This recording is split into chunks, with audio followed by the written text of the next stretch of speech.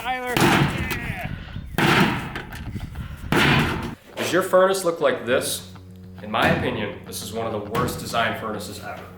And my techs will agree.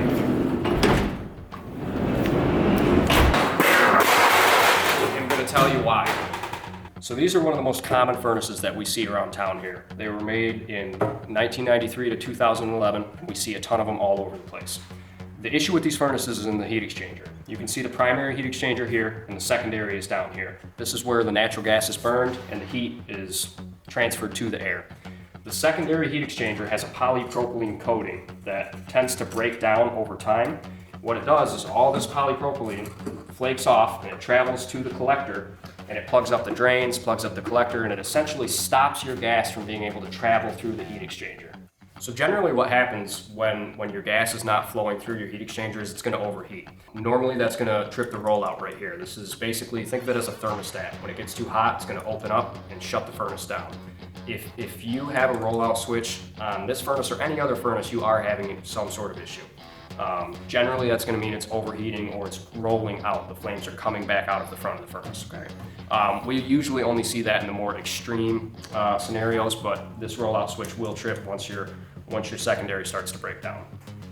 When I go on a service call and I look at one of these furnaces, the first thing that I'm going to do is I'm going to put my hand right on top here. If this is really hot, unusually hot, I know that we're starting to have some rollout happening.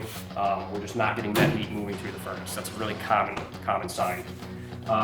Another sign is rust. If we've got rust in the blower like this, it's probably been leaking for years. So that water is leaking out of the secondary heat exchanger. Oddly enough, one of the easiest ways for us to diagnose this is smell. So there's a sweet but acrid smell that you only get with these furnaces. Sometimes I can smell them in the mechanical room. When I walk up to the furnace, sometimes I can smell them in the vent if I go outside, or I can smell them in the drain.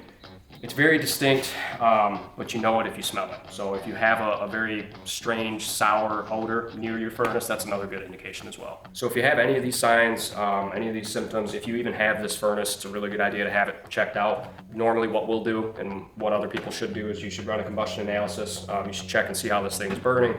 If there's any carbon monoxide in the flue, you can also inspect it with a camera. You can stick this up the furnace and look for any signs of water, things like that. If you have somebody that you trust, give them a call. If you don't have anyone, give us a call.